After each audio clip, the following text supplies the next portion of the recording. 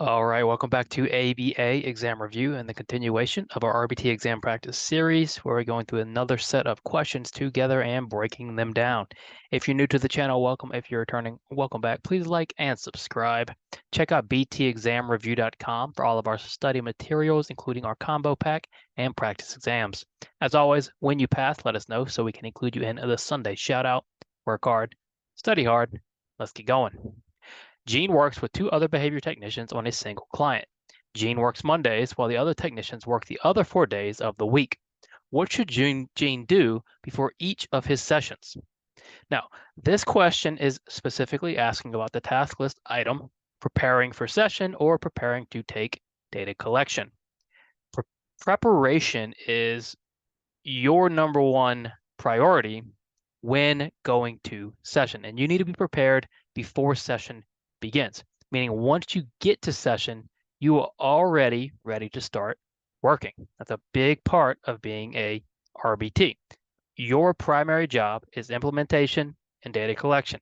So if Gene works with two other behavior technicians on one client, and Gene only works Mondays, that's a long gap in between Gene's sessions. A lot of things can change. What does Gene need to do before each of his sessions to be prepared? A, read session notes from the other technicians. Absolutely. You've got to be aware of what's happening outside of just when you're working with the client.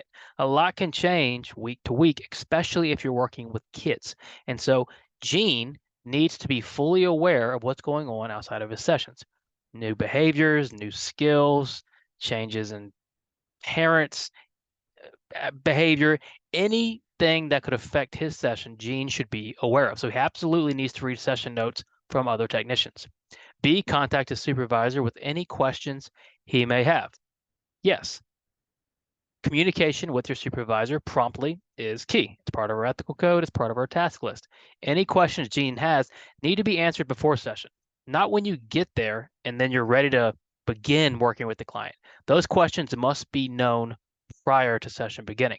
So what about C? Read any changes to the behavior treatment plan once his session starts. The issue here is this idea of once the session starts. Gene should have read the behavior plan and treatment plan before he was ready to start working, because we need to utilize all our time working with the client. So what does Gene need to do? He has to read session notes, and he should contact his supervisor with any questions he may have. So the answer here is both A and B. Lisa forgot to take her competency reassessment prior to her behavior technician certification expiring. Now, Lisa must submit a late fee and complete her competency to get back in good standing with the board. What should Lisa do about her clients in the meantime? In order to practice as an RBT, you must remain in good standing with the BACB, meaning you've got to be certified, and you have to get recertified every year. Part of doing that is taking the competency exam again, so your competency reassessment, because in the ethical code, your supervisor or analyst must ensure you're competent prior to working with a kid. So Lisa didn't do that. Now she has to submit a late fee and she has to complete the competency to get back in good standing with the board. In the meantime, what can Lisa do about her clients? Does she work? Does she not work? What does Lisa need to do? A, continue to work with her clients. She cannot abandon them. Unfortunately, Lisa has not proved her competence, and she's not quite certified. Therefore, she can't go out and start working with clients. B, continue to work with her clients, but do not bill for services. Again, according to the ethical code, she's got to ensure competence. And part of ensuring competence is doing the competency reassessment every year. She hasn't done this. She can't work with clients. So C, she should not go into work with her clients until she is certified again. That's unfortunate. As an RBT, it's your responsibility to make sure you're always in good standing with the board so you don't have to miss work and have your clients suffer due to situations like this. So what should Lisa do about her clients? Well, she should not go into work with the clients until she's certified again. Letitia just learned the word yellow, but only when presented with a rubber duck. Today, Letitia pointed at some bananas and said, yellow. What is she demonstrating? All right, we're looking at Letitia, who learned the word yellow, but in the presence of a rubber duck, which isn't uncommon when kids first learn colors. They're only going to learn that color in the presence of a single stimulus, right? Maybe a picture card, something along those lines. Of course, we want them to be able to identify all yellow objects, right? And so if Letitia can now go from the rubber duck to bananas, which are also yellow, and can say yellow, what is she demonstrating? Well, first off, this is an example of generalization just off the bat, right? We know this is some sort of generalization. So we have to ask ourselves, is it stimulus generalization or response generalization? With stimulus generalization, we're taking a single response and it's occurring in the presence of many, many different stimuli. So the word yellow occurs in the presence of a rubber duck. It occurs in the presence of some bananas. She is generalizing cross stimuli. Why is it not response generalization? Well, with a response generalization, you're going to see different responses emerge. In this case, we only have one response. Response generalization features multiple responses happening. We only have the response of yellow, so she's not generalizing responses. She's generalizing to different stimuli.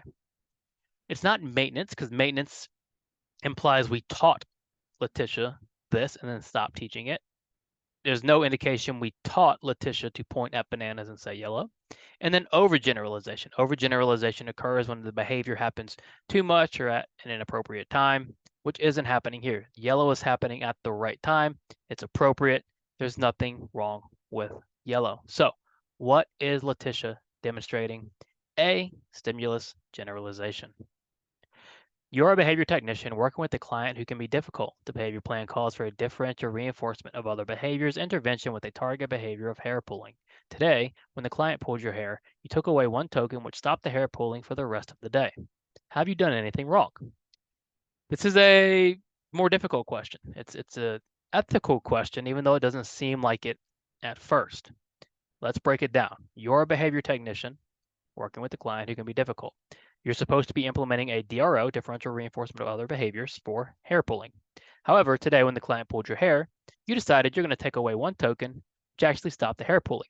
So you said, I'm going to use a response cost procedure for hair pulling, which was actually effective. However, you're supposed to be using a differential reinforcement of other behaviors intervention.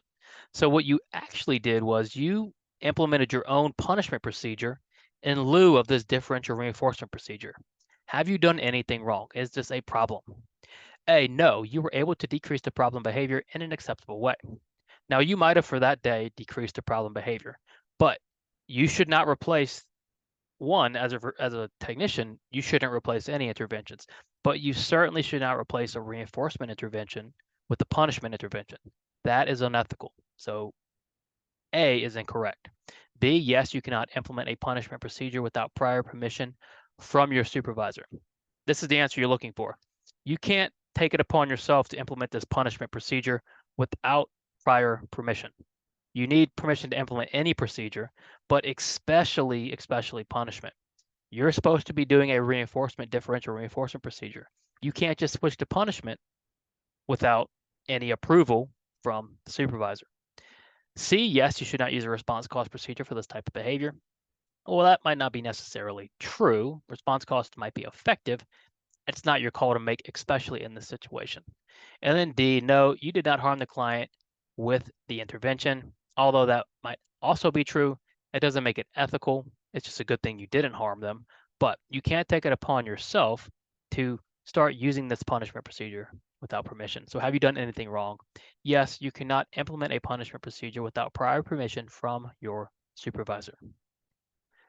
Greg is using discrete trial training to teach his client different body parts. He is working on an arm right now and uses the SD touch your arm, which leads to his client touching their toes. Greg then delivers corrective feedback. If Greg wants to prompt, when should he deliver the prompt? Okay, we're looking at a discrete trial training question and specific to the prompt. The question is asking, when do you prompt during DTT? And this is an important question because I see this happen incorrectly all the time. The prompt just occurs in the wrong spot. So many people prompt after the response or after the feedback. The prompt needs to occur prior to the response after the SD. So in this case, the SD is touch your arm. If we're going to prompt, the prompt has to occur right after touch your arm and before his client responds. So When should he deliver the prompt? A, before saying touch your arm. The prompt has to follow the SD. So we're looking at B, right after saying touch your arm. So we go SD, prompt, client response, consequence. That's the order of operations. C, right after his client touches their toes. Again, not after the response, before. And then D, right after delivering corrective feedback, not after the response, before. Very important that we get that right. It goes SD, prompt, response, consequence. Which of the following items would likely be the least effective if used as a generalized condition reinforcer? Okay, this question probably looks familiar. We've used it before, but we want to drive home the idea of what a generalized condition reinforcer is. And if you read the term, it says it there, right? First, it's generalized, meaning it can be used in a lot of situations. Second, it's conditioned, meaning it's been conditioned to be a reinforcer. It's not primary. Third is reinforcing. So it's got to be all three of those.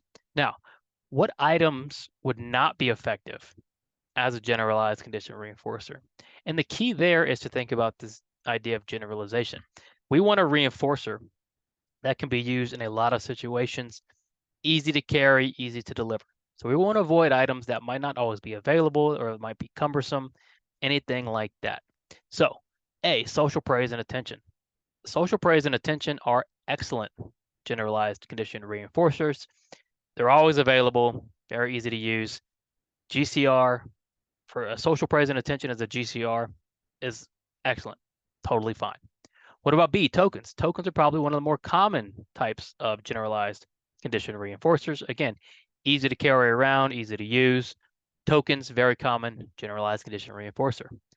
What about C, access to the PlayStation? What's the problem with access to the PlayStation?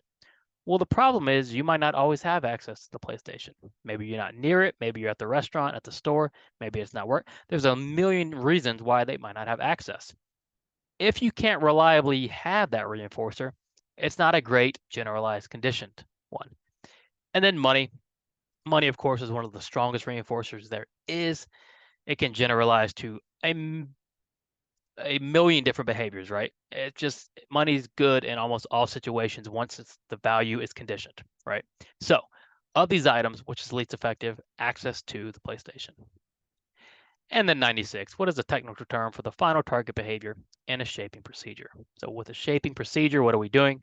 We are reinforcing approximations of behavior until we reach our final target. And what do we call that final target? What is the technical term? A, end behavior. B, last behavior. C, terminal behavior. Or D, approximated behavior. Well, it's not end or last, right? Those are not technical terms for our final behavior. So we're in between terminal behavior and approximated. So be careful. We do have approximations in shaping, but we reinforce approximations. We reinforce approximations as we move towards our terminal behavior.